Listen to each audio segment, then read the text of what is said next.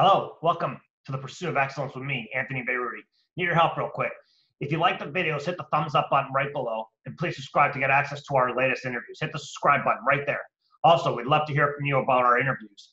In the comment section, tell us who you want us to interview or what you thought about the whole thing. Without further ado, enjoy the interview.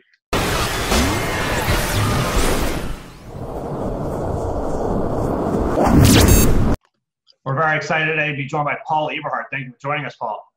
Happy to be here, man. Fantastic. So when did you get the basketball bug? So how did that happen? When did you get caught? It happened actually quite young, I would say. Me and my brother were all into every sport, and my parents were as well.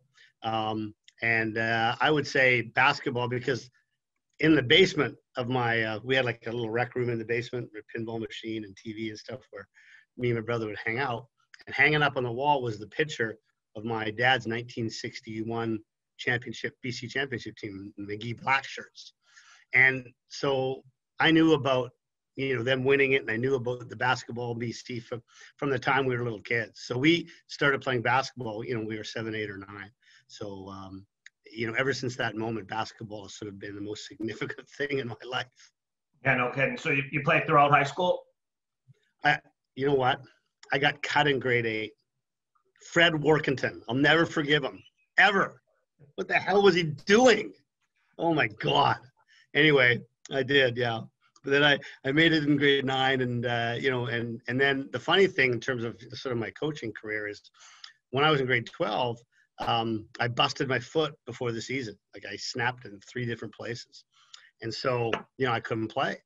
And a couple of guys that had coached me, Harry Franklin and Pete Tyler, they had mentioned to the vice principal that, hey, Ebe kind of knows what he's doing. He's pretty, he knows the game.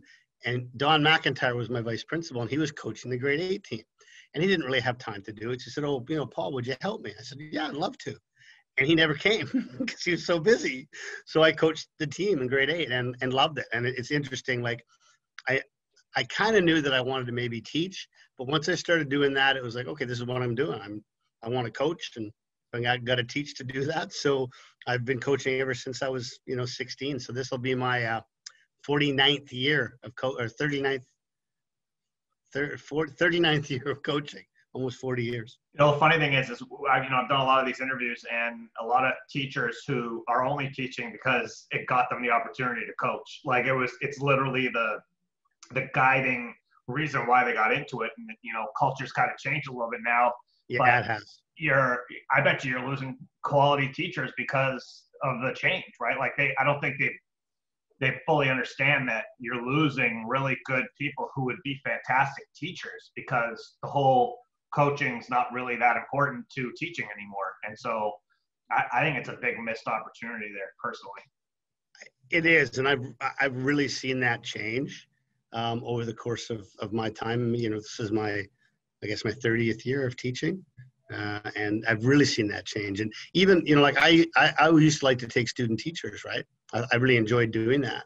And just sort of even the progression of the candidates that I've seen recently, it's been young people who literally just saw teaching as a way that they could maybe not work that long and then have all these vacations. And you used to go into teaching, or many people did from my experiences.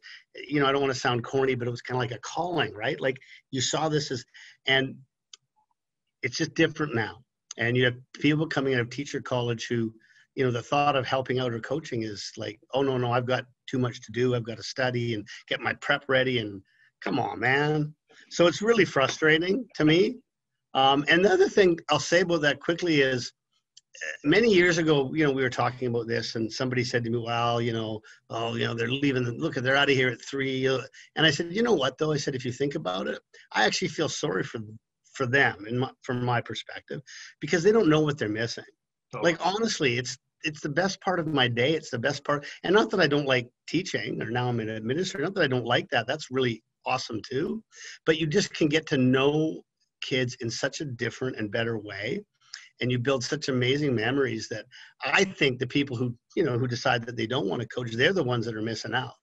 Well, you know That's what? the way I Rich look at it. Chambers said the exact same thing. And he was like, I feel bad for these people. They don't get it. They're missing out on a level that they don't even understand.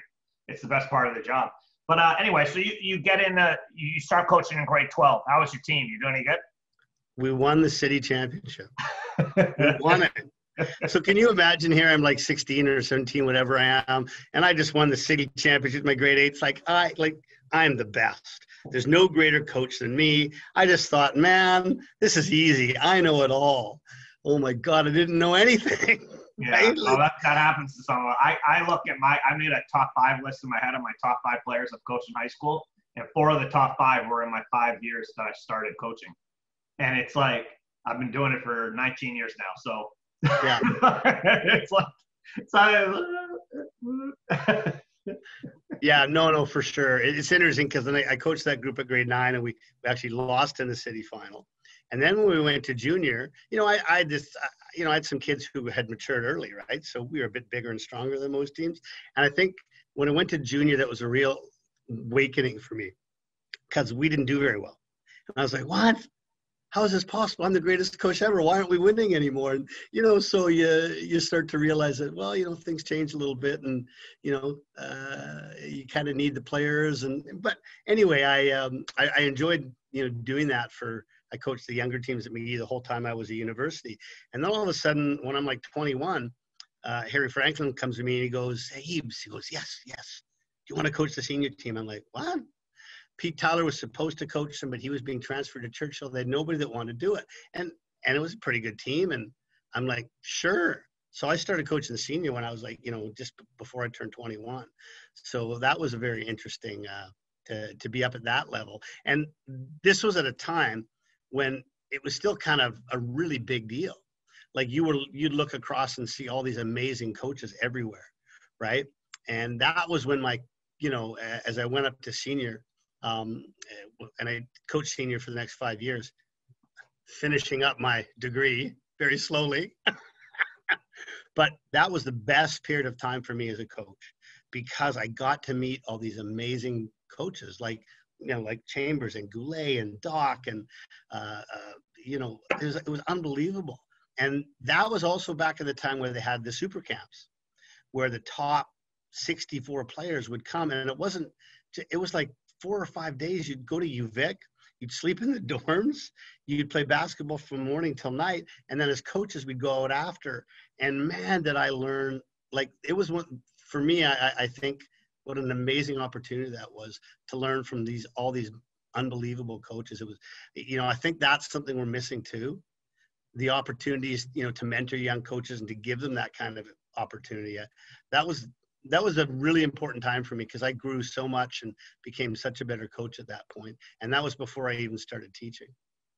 Well, Basketball BC used to have that they had the super camp, but then they also had the coaching clinic, right? That big coaching clinic that they used to run, and they would bring in top people. And it was a really cool experience. It's kind of, since Mike left, obviously it's not the same, but it was really cool to, get a glimpse of what the top people in town were doing. But you know what? You're too young to even know. It shows you how old I am. Have you ever heard of the Hope Clinic? No.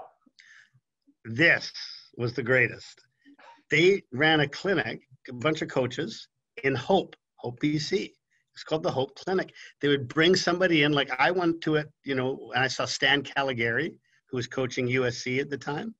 And then the other time I went to it, it was Lou Hansen, who was the feature speaker, who was coaching Illinois at the time. So they'd bring a big name in, and then they'd get other local coaches and American coaches.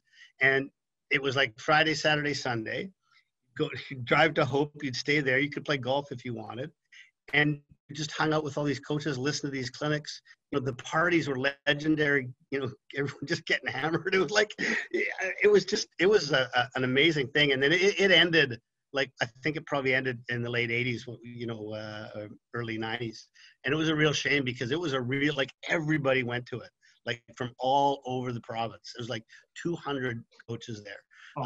So that was an amazing, amazing time. The older guys older than me would have probably gone to it for a long time. It was a really cool clinic. So when did you get your first taste of the BC Boys Championship? So from the first kind of kind of time where I was like, oh my God, this is even greater than I thought. I was in grade 9, and our Magee team made the BCs for the first time since 1961 when my dad's team was there, 62. And it was at the Pacific Coliseum. And I just remember going, we got a bus and a bunch of us went because it was an afternoon or morning game. And I just remember going there and watching this and just thinking, oh my God, this is unbelievable. And I went the rest of the week, and, I think there was 5,000 or 6,000 people there at the final. And I just that was my first taste of, seeing it as a spectator. And that even solidified. I was like, oh my God, I want to do this. Of course, initially it was like, oh, my team has to get there. Like, I want to play in this thing. But my team was so shitty, there was no chance that was going to happen, right? When I was in grade 12. When I was in grade 11, we had a really good team, but we didn't get to finish our season because there was like an incident that happened in Hawaii, and my brother had to transfer schools to Point Grey so he could finish, because my brother was a really good player, right? That's where the talent was in the family, not me. I got a quick story for you. Go ahead. So grade 9, we're playing Eric Hamber. And the coach is a legendary veteran in Vancouver. His name is Gordy McNair. And he had actually, coached my father and coached against my brother. So I got to start this game only because a couple guys didn't show up. So it was good. So Eric Hamber was way better than us. Like, we're never going to beat him. But I got to play quite a bit. But it was so frustrating because, like, every time I'd cut or move, this guy was just following me everywhere I was going. And I'm like, get off me. What are you doing? And so, I think I scored 2 points. Like, I never got the ball. This guy literally just chased me, right? So years later, when I was coaching and I coached against Gordy, he says to me, hey, remember that game? When we played you guys? I said, oh, yeah, in grade 9. He says, yeah. He says, what did we hold you to, 2 points? And I said, I don't know. Probably, yeah, I think that's right. He goes, well, we boxed and won you, I looked on the scoreboard and I looked on the score sheet and I saw the name Eberhardt. I was like, there's no way this guy's going to get us. It's like, I'm like, Gord, I was pretty shitty. You didn't have to do that. Sorry, I digress. But we'll take it. So you realize you're not going to get there as a player. So now you're like, okay, I got to find a way to get there as a coach. So what was that process like? Well, so basically, as I started coaching, I went to UBC to get my, phys ed degree, and then, did my full year of teacher training, and that just like because I knew, like, the way it works in Canada, coaches, you're not going to get paid to coach, so you need to become a teacher if you want to. And I really wanted to, like, build a high school program. I coached Magee for 5 years, the senior team, and we made the BCs and we won the city title, and I kind of built the program because there wasn't a lot there. And so that's kind of what happened when I went to Richmond. I was at Burnett Junior High School. I coached there for a couple of years and had a really great teams. Of course, I fed all those players to Disbro at Richmond. And then I got hired by McNair because my principal wanted to get the basketball program started there. And he moved to McNair, so he brought me with him. And, McNair didn't have anything. It was all Richmond Stevenson. They were like powerhouses, right? And so, it was really exciting to go there and build the program there. And, we did a pretty good job. We got our program to a pretty good point. We made the BCs like 5 years in a row, and after a few years, and so that was a lot of fun building that program. And I was still really young at that time, so it was like 8 a.m. till 10 p.m. every day at the school, helping out with all the teams and getting everything ready. So that was a really cool experience at McNair. So let's talk specifics. So you're talking about when Steveston, London, and Richmond were the two of the top teams in the entire province, maybe ever. And you're trying to create a third branch here over. Yeah. And so what's that like? That's an uphill battle. I mean, that's not just like, hey, anybody want to play basketball? No, that's like serious stuff. But the one sort of thing that people don't realize and I figured it out. Like, listen, I knew there were kids who were, like living across the street from my school that were in my catchment that were never coming because they, Richmond High was the place to be, and their brothers had gone there, and so that's where they were going. But there was 3 senior highs and there was, 6 junior highs, and there was a lot of players to go around. So I just said to myself, you know what? Yeah, I might not get the top guys, but I'll get the rest of them. And if I can just get them to buy in and believe, all that stuff that you do to build a program, I said, you know what, we'll be fine. And so that kind of happened. And I got kids that, really wanted to work hard and prove something. And, like say by my third year, we made the BCs. We had some really great players though too, like Josh Masters, and, we had a lot of really great players. But that was a really fun time, because that was a time where we would play Richmond and our gym would have 1,000 people in it. We'd play Steve's, like it was just a big rivalry. And because there was only the three of us, so it was, it was pretty interesting. So tell me that experience of making the tournament for the first time, and what it's like to look around at the Agrodome, or was it at the P&E at that time, or where was the tournament? No, it was at the Agrodome, and the first time I made it was 1986, 87 with Magee. We came seventh. We lost in the quarterfinals to Kelowna, who of course went on to, that was the Mike Clark team that lost to J.D. Jackson's team in the final. And that was a neat experience, just because my family has such deep roots at Magee. Like my dad was star basketball player. They won the BCs.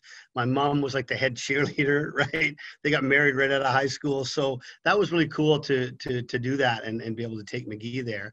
And then when I went to McNair, it was my third year that we made it. So it was 1993, Steve Nash's year. As a matter of fact, my very first game as a senior coach at McNair, when I'm trying to build this program, was in the North Shore tournament, and our first round opponent was SMU. Oh my God, it was pretty hard to convince my guys that we were going to be good when I think they beat us by 50. Oh, it's crazy. But yeah, and then then we the next year we had the big upset year. That was Ladysmith, right? So we upset SMU, and Ladysmith upset. We played them in the semifinals. We came oh so close then. So, yeah, we had a lot of close experiences with my McNair teams, where we just didn't quite get over the hump. But, yeah, I also I used to do a lot of promoting.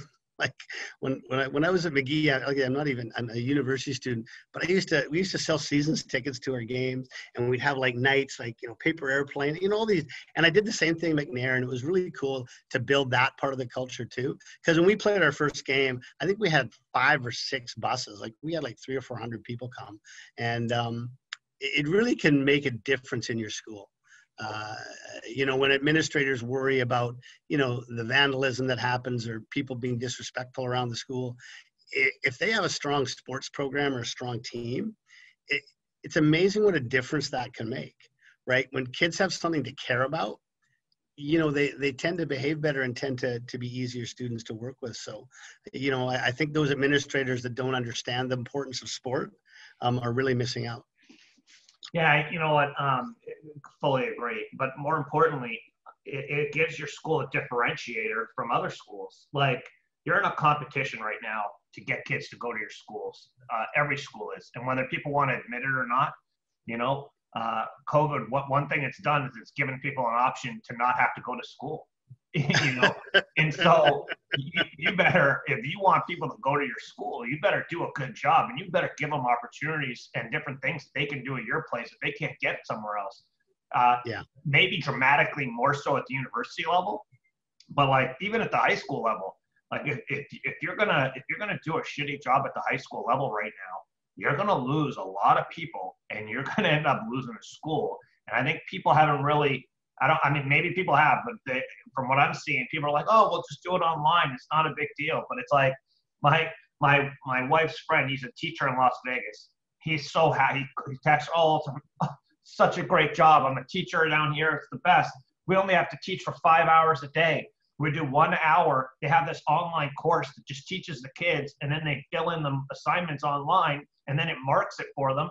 And then all I got to do is just be there to help them if they have any questions for 1 hour a day. And I'm like, you idiot. They're going to fire you. You are excited that they don't need you anymore. And it's like, what are you doing? So anyway, that's my 2-second rant on that. It's I think you got to differentiate. And the one thing that brings people together more so than anything else, it's not the math program. It's the sports program. Whether it's the football team, whether it's the basketball team, it brings people together. And I think it's such a huge deal. And I'm glad you brought that up. Yeah, no, and what a perfect segue for me to give a little plug. I mean, with all, fairness, like I'm vice principal of sports academies. That's my job, man, in West Vancouver. And, we have, and even now with this, what's going on, we're the only district that kept our sports academies running. So, I think this district gets how important that is. I mean, the fact that I even exist in this job, tells you that, yeah, you can do those things and they do make a difference. And they're, we started our first day of volleyball and basketball yesterday, and of course we have to follow all the distancing protocols and, but even the kids were so excited to be there. Right. So, yeah, no, I think doing those extra things is critical. And I really worry about where high school sport is going because we're not getting the really committed coaches as teachers. And, we're getting a lot more community coaches, like, right. But even then there's a lot of hurdles and steps for community coaches to be fully appreciated in high school sport.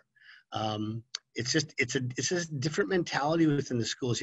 Phil Langley, legendary North Shore coach, and Coach Windsor, and when I first started, he made a comment to me after he retired. He said, Paul, he said, back when I first started, you wanted to be a senior boys coach, man, you had to stab the head coach in the back to have any chance to get that job.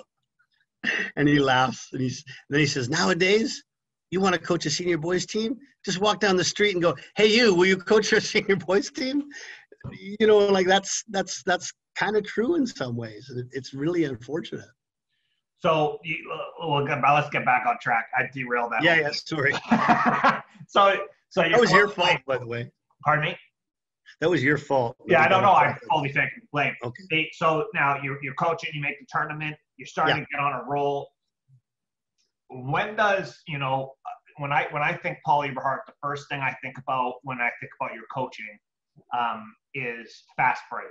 It's push the tempo. It's let's score a gazillion points. Let's go. And you know what? As somebody who grew up in North Van and got to watch your cap teams play, that's how I got introduced to Paul Eberhardt, watching your cap teams play, and seeing you guys leading the country and scoring just about every year. It's got to be a system. So how did that system come to you, and what was kind of the rationale behind it starting? Yeah, well, and that took a while to develop, right? Like the first few years I coached when I was really young, I had a couple bigger guys, and it was like walk it down the floor, pound it inside, and and we kind of played that way a bit, and but I started to realize sort of as I coached longer, and then when I started coaching senior, it was like when I played, my limited abilities, I just loved playing when you get up and down the floor and everyone would touch the ball. And I started to realize that the players prefer playing that way.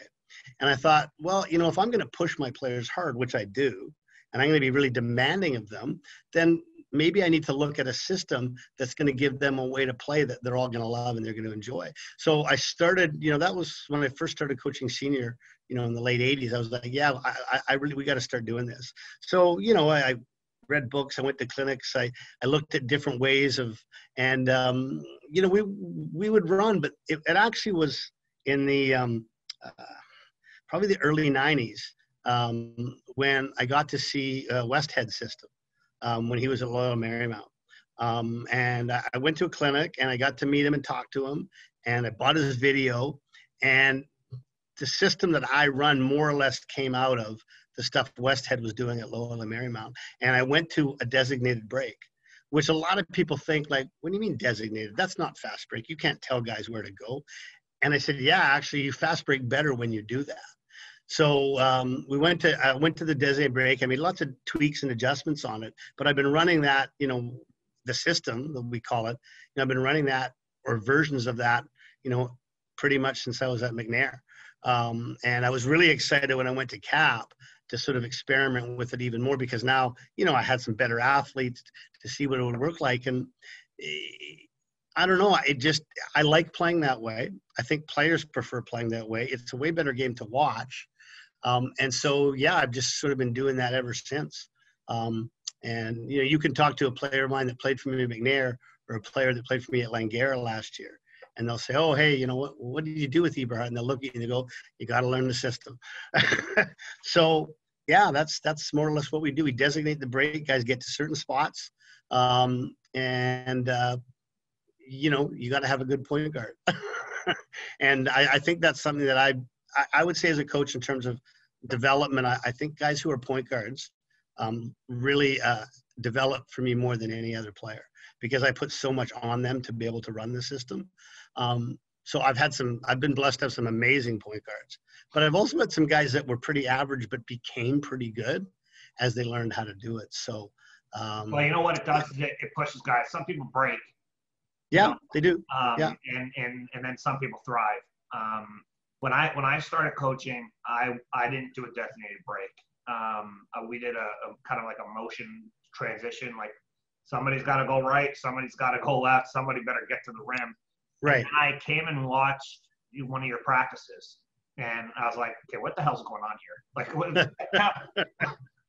give me the juice. What do we got here? And you wrote it out for me, and I we since that day we go. And Chris Suffer was a big component of that. I sat down with him. He used to work with me for a little bit, and I was like, Chris, what the hell are you talking about? How is somebody going to remember they got to go to the right side every time? Somebody got to go to the left side every time. This is stupid. Like, what are you doing? And he was like, no. Just trust me on this one. You're going to score a lot of points. And he would draw it out, and I'm like, and then I remember trying it one time, and it changed everything. And it takes some time though. It's not a 2-second deal. You got to drill it and you got to get it. But then once they do it, they start flying and they get out in transition and they start running and they get buckets. Our summer teams, but you need some talent, right? Like our summer teams do it better than the high school team, right? If you coach, a high level provincial team or, a high level club team, that's when you can really see the numbers because the kids have more talent, skill on the perimeter when they get the ball.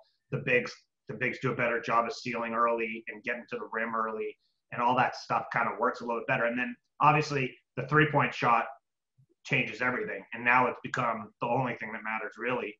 And so it's opened up the whole game. And so that fast break that you're talking about has now even become more important. Yeah, no, especially because you guys are spaced properly. You got I find, if you're trying to score in the first 7 or 8 seconds, which is when you're going to get usually your highest percentage shot, you need someone that can really bang down trail shots. You need your other big to be able to shoot those threes to hit the trail three. That's a huge part of it for sure. But, it's interesting because when players understand, like I tell them, I say, hey, you might run the floor. And I said, you got to sprint. Like if you don't sprint, you're sitting down. And you might not touch the ball 7 or 8 possessions in a row, but then you'll get it for 7 or 8 straight possessions, right? So the players, when they learn it, they understand, hey, you know what? I'm going to get the ball at some point. I mean, it's always kind of my ideal, to have, a lot of guys score double digits, right? Yeah. And, I've had some years like at Langara, I've had years where one year I had 8 guys average double digits. Like that's unheard of, right? Unreal. We're the best team in the country that year, but my leading scorer is getting like 14 a game, right? Because and so when players know that they at least get a chance to touch the ball or take a shot, then I think they're probably going to play harder for you, and they're going to run harder for you and for their teammates because they know the ball is going to be shared. And they make, and it's more fun. It is. And you know what? We're all in a competition. And if you don't make it fun, they're going to leave. And, that's something that people don't realize for some reason. And, back in the day, there wasn't as many options. It wasn't, well, you're like, by the way, kids nowadays will quit sports to spend more time on Instagram. They'll quit sports to Snapchat. I don't even know what, I'm making up words right now. They don't care. TikTok. They'll TikTok it up, and it's like that doesn't seem rational, but who said it has to be rational? They like TikTok. They're going to do it all the time, and they're going to do it instead of playing sports. And then you're going to miss a kid. We lost a kid with our VK program because BC School Sports deemed her ineligible this year, and so she wasn't allowed to play basketball. She was one of the top players in the entire province, so she went and played club hockey instead during the year.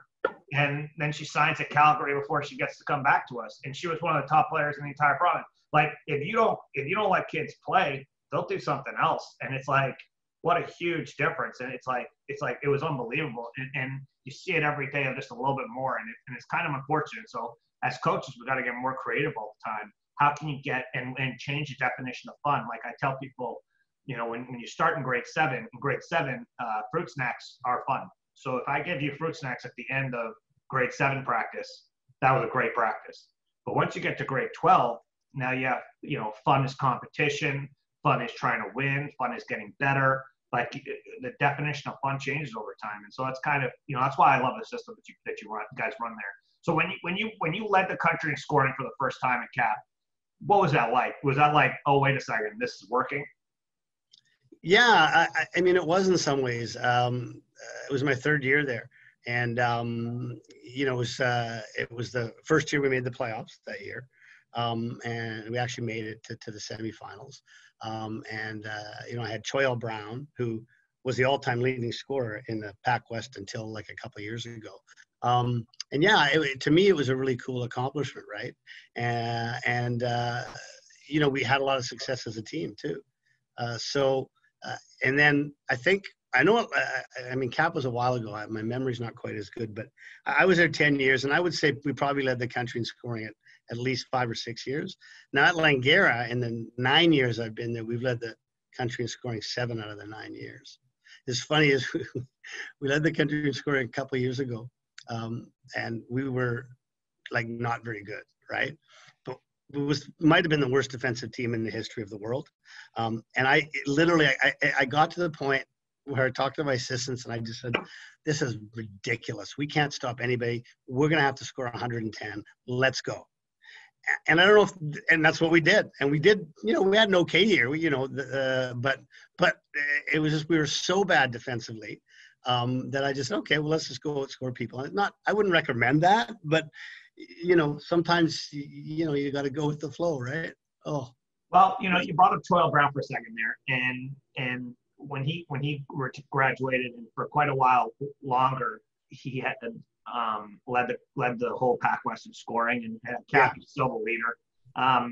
And he brings up, you know, I never got to see him play, but I've spent quite a bit of time with him. And one of the things that he became famous for was getting fouled and going to the free throw line.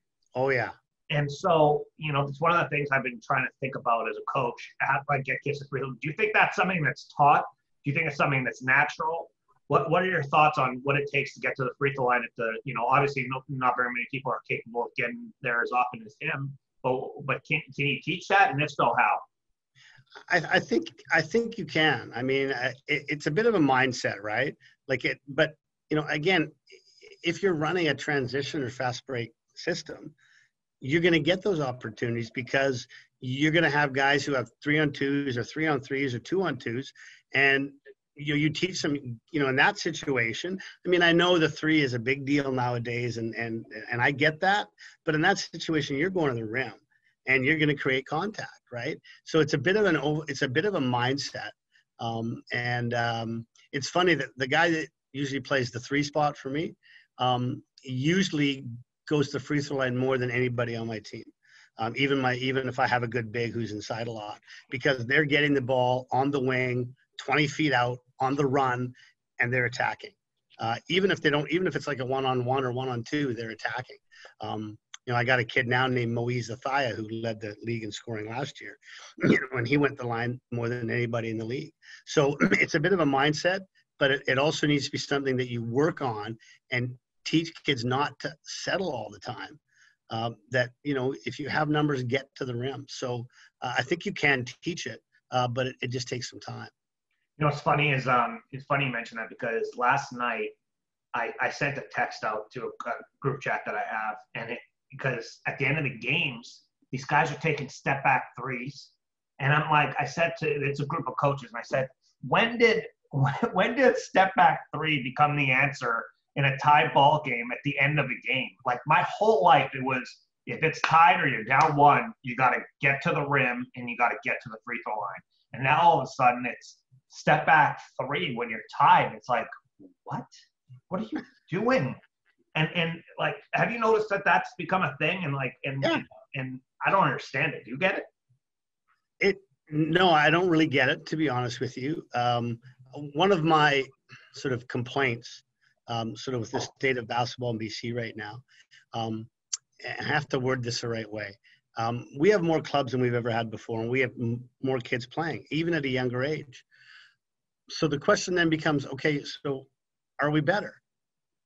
No, we're Because not. theoretically we should be. We should be, but we're not. Right. Okay, so one of the things that I see in development of players, you know, with many of the clubs, and I think in high school too, players I think are better with their individual skill packages. You know, I think their ball handling is better, and you know, like their individual skill package in terms of, you know, having moves is pretty good. But we're not teaching kids how to play with 4 other players. We're just not. Kids, you know, like, how do you screen? Like, are we teaching that? And we're not.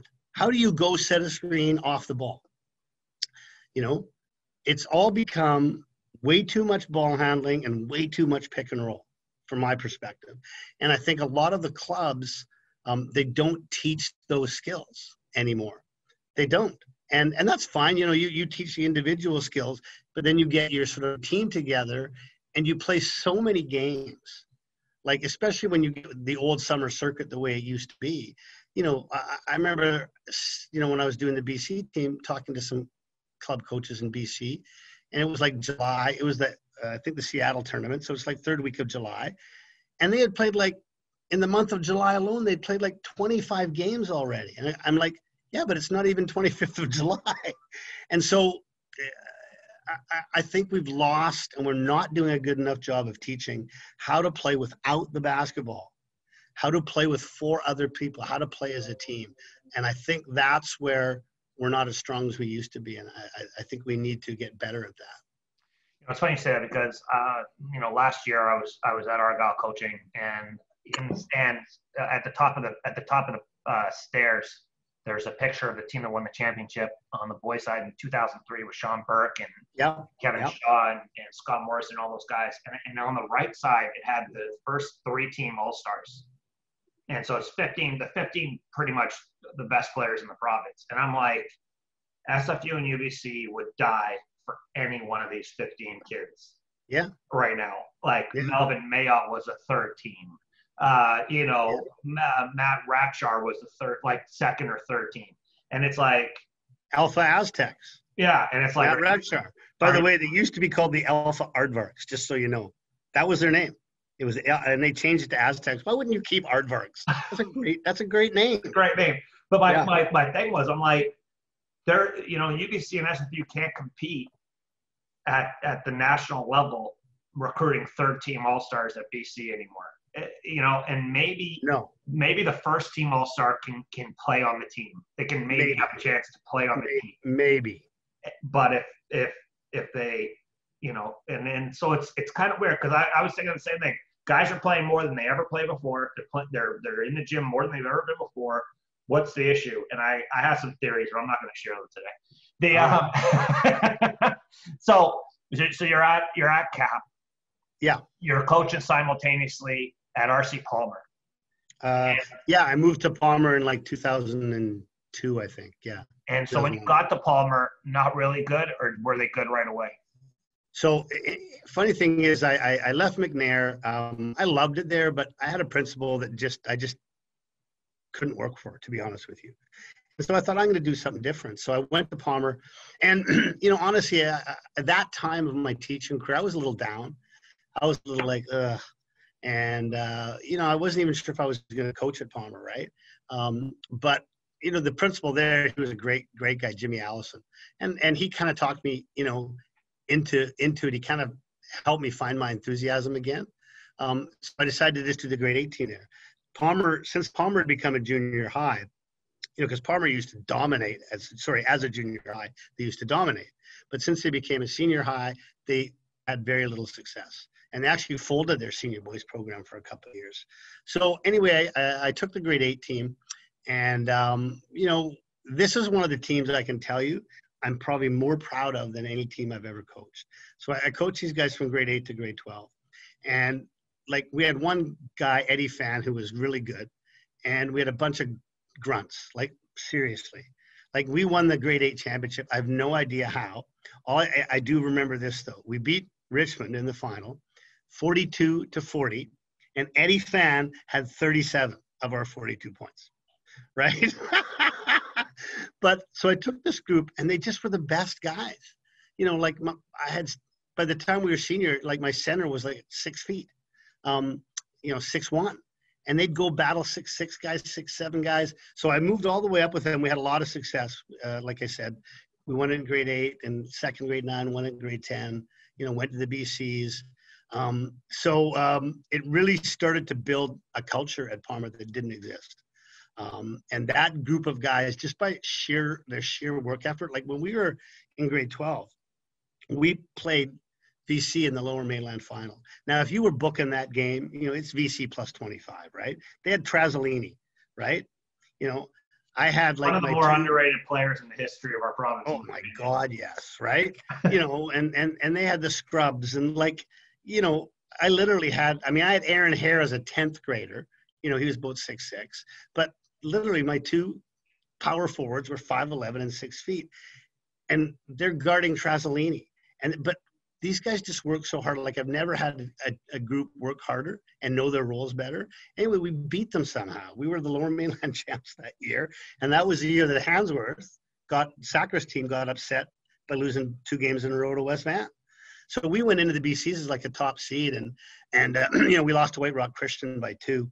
But that sort of got the ball rolling at Palmer, and and then for the next 6-7 years that I was there, we were pretty dominant. And I really credit that group with just creating the proper culture. And like the guys at Palmer would do things like, so Mikey Zayas, when he was in grade 8, he's a pretty skinny kid, right? So the seniors on my team would say, hey, listen, 5 minutes before the bell, you got to go slip in, because the bleachers were quite tight, right? You got to go slip in and sneak in behind the bleachers. Okay, and then when everyone's gone, you come open the door and let us in the gym so we can play, right? That was kind of their attitude, right? They just, and 7 in the morning, the gym would be full, with these kids all wanting to play. And it's amazing how when you can create a culture like that, where kids see some value in it and they see it's fun, they'll buy in. And if you can do that in a program, even in your years where you're a bit weaker and maybe don't have the same kind of talent, you'll still be really way more successful than you think. So that was kind of what got it started there. And then, obviously I had some really, really good players. Our team that won it in 2011, again, my center was Aaron Hare's brother, Ranjod, who was only 6'4". And he just would go to war. Like he had to go against like Braxton Bunce that year, Kelowna, who we beat. Bunce was a 7-footer.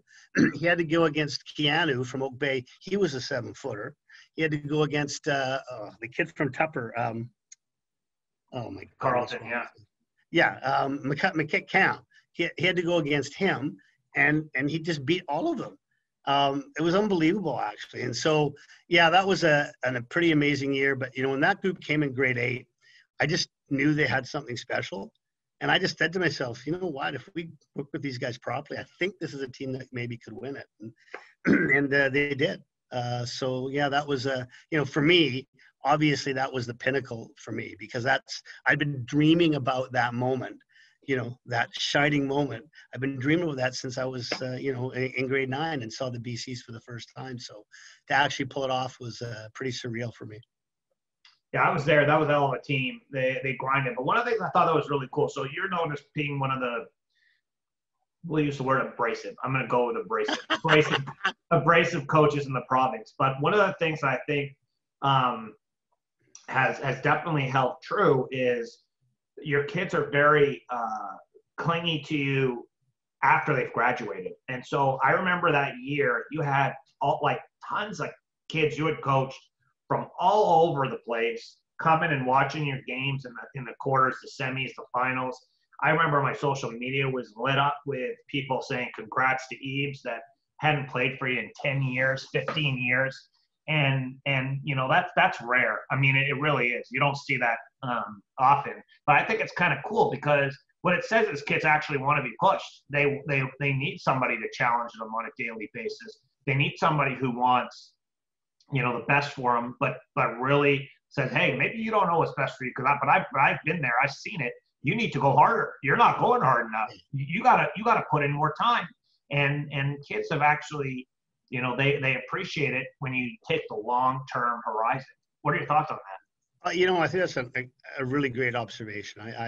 I believe you're right about that. I think kids do want to be pushed. I think they don't mind, don't mind if you get after them, as long as they know that you're doing it because you truly care about them and you're trying to make them a better player and a better person, right?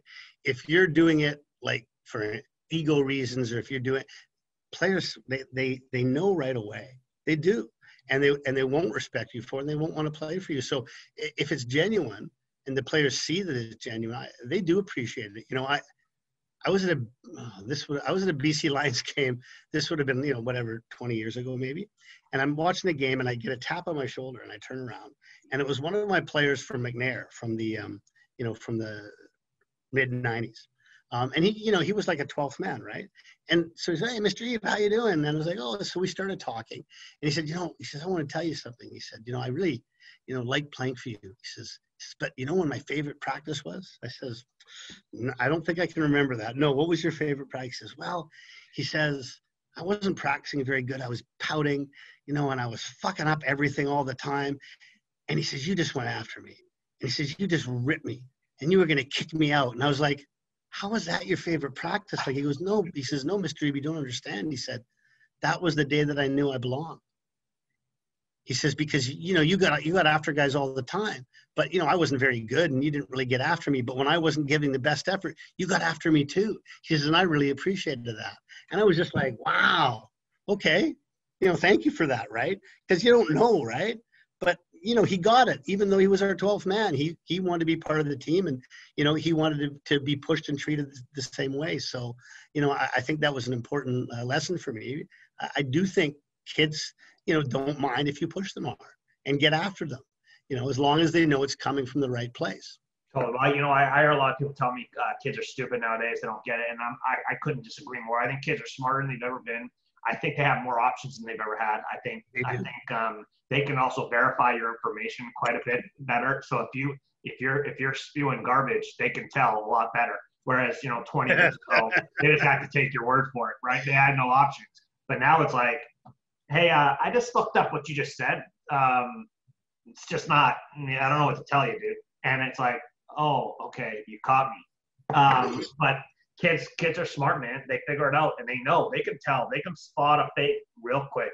And they can spot when if you walk in the gym, they can tell, like, what you're talking about or you don't know what you're talking about. And they can tell real quick. And it's not like it doesn't take a year. It takes it's like you got 10 minutes, green light.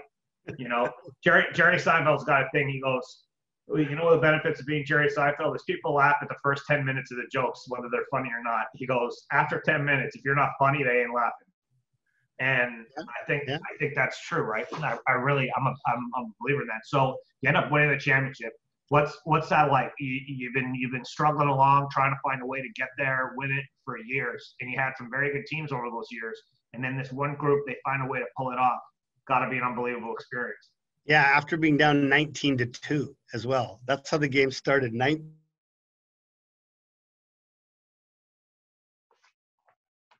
Because you get 2 timeouts a half, right? I called one at like 8 minutes. I called another one at like 5 minutes, another one at like 6 minutes. But then they had a TV timeout, so we used that one too. So I got 3 timeouts in the first quarter. That third timeout, I don't even know what I said. I just know that I'm glad there was nobody recording it. That's all I can say. But we had a grade 10 kid, Jamie Madeline, came off the bench for us and knocked down 3 straight threes, kind of got us back in the game. By halftime, we had it tied. And you know what the funny thing was? Oftentimes as coaches, we get feelings. At halftime, as I watched the VC guys walking off the floor and I watched our guys, I turned to Ryan, my assistant, and I said, they're done. Like, they're done. I just knew it. I could just tell. And we came out in the third quarter and, we blitzed them a bit, got up by 10 and then hung on for the end. And it was again, a really cool moment for me personally, because it was 50 years earlier, 61, when my dad's team won it. And they were all there up in the skybox. The whole team was there, to celebrating their win. And, 50 years later, here I won it. That was a pretty special thing for me to be able to do that. Yeah. That's very cool. And then not too long later, you're at Langara, and after struggling in the college league, trying to find a way to pull it off. What your point guard? He was a plumber. Is that what he was? What was he before he? Where did you find this guy? Tell me this. I've never asked. I want to know where did you find the best player in the country, out of curiosity.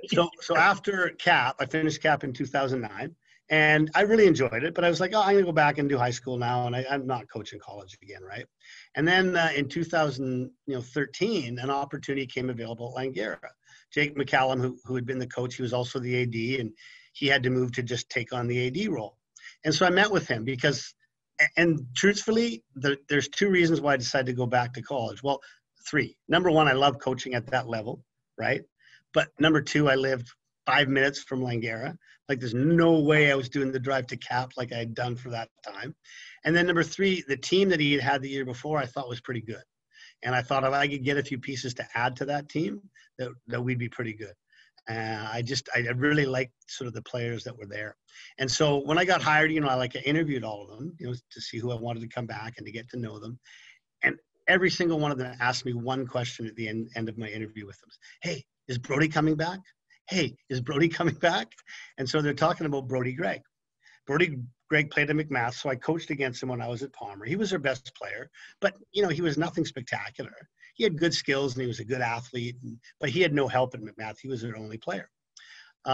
He went to Langara right out of high school, but then he flunked out. So he didn't play for 4 or 5 years. And then some of his buddies were playing, so he went back and played. So I knew that I had to get him to come play for us. I could tell. I'd seen him play that year at Langara. He was used a little differently than I used him, but just from watching him play, I figured, wow, this guy has a chance to be really good. And I'll tell you one story quickly before I finish this. We met a World Peace came up here, and long story short, but my brother was doing workouts with him, right? My brother works out with some NBA players, and Meta had met him when D'Antoni was in Los Angeles. So he came up and he asked my brother to work him out. So I got a gym for us. So we worked him out at Palmer. We did a couple works, and he asked me, he said, Coach, can you get, some good guys together for a run so we can play? So I said, sure. So I got a bunch of my Langara guys, and I got some other, former players and, really good players, and we did a run. After the first game, Meta comes out, he sits beside me, he goes, hey, Coach, who's that guy? And it was Brody Gregg. And I said, oh, that's Brody Gregg. Well, where's he from? So he's from around here. He actually plays for me in my Langara team. And he goes, can you promise me one thing? I said, what's that? He goes, when you make up the teams, you put that guy in my team. That, you know what I mean? That's how good Brody Gregg was and is. He, after Steve Nash, who I got to coach on Provincial Team, he's the best player I've ever coached. He is unbelievable. His court vision, he'll drive left and he'll make a left-handed pass cross court to the other side on a frozen rope right into a shooter's hands. He averaged a triple-double at the national championships, a triple-double against the most athletic teams in the country. It's hard to describe, but if I was to ever say the perfect point guard for my system, he's it. And he just made everybody else better. He could have gone on to play, but he's kind of a chill dude, and his old man runs a Richmond Glass, and he just wanted to work, and so he didn't go on to play. Except he still plays. All those guys that won the championship in 2014, they all still play together in men's league, and they kill everybody, and they still run the system in men's league, right? It's pretty funny, actually. So, since they've all graduated, we haven't, in our alumni game, we've lost them every year, and it's pissing me off. We got to beat them eventually. But that was a special team, a lot of talented players. Elliot Mason and Jatinder Johal and a lot of really good players. And the first year I was there, we had a crushing loss in the semifinals to Holland College from from Newfoundland. You know when the ball wedges, right? How often does that happen? Like, how often do you see that? Once every 20 games, maybe. Yeah, maybe, right? So, we're up 2, and they had a really good guard, but he wasn't a good 3-point shooter. And so we were okay with him shooting it. He just misses brutally. It wedges. We would have had the rebound, and they would have had to have fouled us, right? It frickin' wedges. So that's a jump ball. It was their possession. And they faked the 3, and they drove to the hoop. And again, we're up 3, and he scores a layup, and Jaddy fouls him. I'm like, oh. So now they're going to shoot free throws, right? The guy shooting free throws wasn't a great shooter. I had all 3 timeouts, right? So I called 2 in a row to try to freeze him up. He misses badly, but he misses so badly, they get the rebound, and they score. So now we're down 1, and we didn't hit our shot at the buzzer. And so that was a crushing loss because it made it even worse because VIU had upset Sheridan, so they were in the finals. We had beaten VIU 4 times. They, of course, won, and they got the national championship that year. Why? So, yeah, sorry, go ahead. So that was just a crushing loss. So, but that really motivated our guys, right? Like they all came back, and they were all driven. And, the next year we went, 28-1, just had the 1 loss again, only 1. And the nationals were up in Squamish, and, that's where we took down the national title. So that was, again, just a real special moment with a special group of guys. Why do you think BC has so much success in the college level? I think that's a good question. I think in the past, before, when it was the BCCAA, the teams were good, man. Like, people don't know, because UNBC and TRU and Trinity Western, they were all in the college league, right? And so that's when I first started at Cap.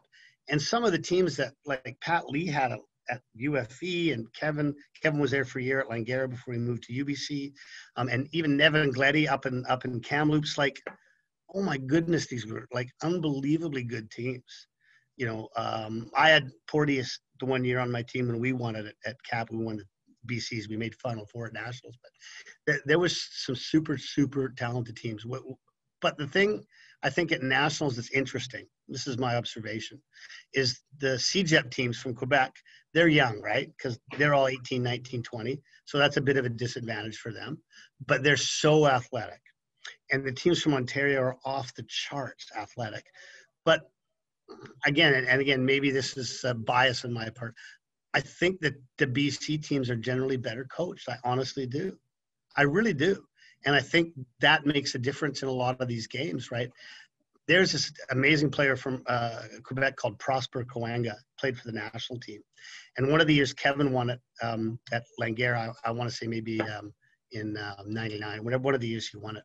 They beat his Dawson team in the final. So in the early 2000s, I was on the national team coaching staff with Triano, right? Another one of my dreams, which was awesome, right? And Prosper was one of the guys in the team. And I got to know him a bit. And he said to me, he said, we were very good. We were more athletic than Langara. He said, but when it came right down to it and the game was close, we didn't really know what to do because we just kind of ran up and down the floor. We had nothing to do. And he said, those guys, like, they scouted us. They knew what we were doing. So I think that does happen a little bit. I'm biased, but I think there's a lot sort of stronger coaching out here in general. Maybe. I don't know. Maybe that's not right, but that's what I see. I'll end it with a Portage story. So I'm coaching with Dykstra right now, and my favorite high school team I ever watched was his kids' teams. That was an amazing team, man. When him and Levon just killed everybody. Yeah. And so I'm going to Cap College, and I'm in class with Porteous, and it's basketball class, and our teacher doesn't know anything about basketball. And okay. And it's the worst thing in the world for me because I can't take it because she keeps telling me I got the wrong answers when I'm giving her the right answers. And Porteous is the worst student maybe in the history of students. And I don't think he would disagree with me. But he would blow up the class all the time and just ruin everything. Like he would just, and it was nonstop. And it was like, it was over the top, right? It was too much. And then one time she says, hey, who can do this? And, nobody puts up their hand. She goes, Anthony, come up here and draw whatever this is. And so I draw some sort of cut that she had asked for. And she goes, nope, wrong answer. And I'm like, it's actually the right answer. And she's like, nope, wrong answer. And Porteous goes, hey, lady, he's got it. Leave him alone. I'm like, I just start laughing. And so I go and watch a couple games, and the most ridiculous referee comment I've ever seen in my life, he falls to the ref makes a bad call. He's on the floor, and he rolls around on the floor and goes, ref, there's a wet spot on the court. You should probably clean that up. And then he just runs back. And I'm just like, oh, my God, technical foul. Like, he might have gotten tossed. I don't remember, but it was like, what an unbelievable talent. And unbelievable talent. He was a genius on the court. Obviously not necessarily in the classroom, but on the court, he was a genius. And it was fun to watch him play, man. I mean, I remember when he made the provincial final that year at Kits, the game was over at halftime. He literally ended the game by halftime. And it was like, whoa. He has that. He's a super competitive, right? Totally. Full out compete. Yeah. When I'll do a quick story of Porteous too. So at RTC, the old RTCs, so he was there. And this was one, I think Jay Triano was running it, but he wasn't there that day. So Scott Clark was running it. Anyway, we had to do some testing. So it was beep test time. Right? All the coaches, we always have a little pool and vote on who's going to win it. Every single coach took Casey Archibald. Casey was, coach's dream, right? Yeah. Super fit, great player. Unreal. Porteous, you look at his body, you think, So Porteous comes over to me, he goes, Eves, he says, who are they picking? I said, oh, they're all picking Casey. He goes, yeah, fuck that, I'll show them. So we do the beep test, right? And we're level 12, we're level 13, we're 13 and a half. Anyway, the bottom line is, I think it was about 13 and a half when Casey went out. Porteous literally ran 2 more steps and then just fell to the floor. This breathing, right? He was done for the day. He couldn't do any drills. He took part in nothing, but you know what? He won. And when he told me, he says, you watch this. I was like, okay, my money's in Porteous, because he has that mentality, right? And he did. I never forget that. It was just amazing. Yeah. No, and every once in a while, somebody's got that switch, right? They can just. Yeah, they do. They just got it, and you can't train it, and you don't talk about it, and you don't like it. You don't like the fact that it's out there as a coach, because you want consistent effort. But some people got it, man, and there's nothing you can do about it. But anyway, listen, thank you so much for taking the time today. Been a great journey to watch play. I use a lot of stuff that I've watched your teams play. I use a lot of it myself. And hopefully we get to play some basketball at some point this year, and we'll get back on the court. Yeah, let's keep our fingers crossed, man. All right, buddy. Take it easy. Have a good one. You too.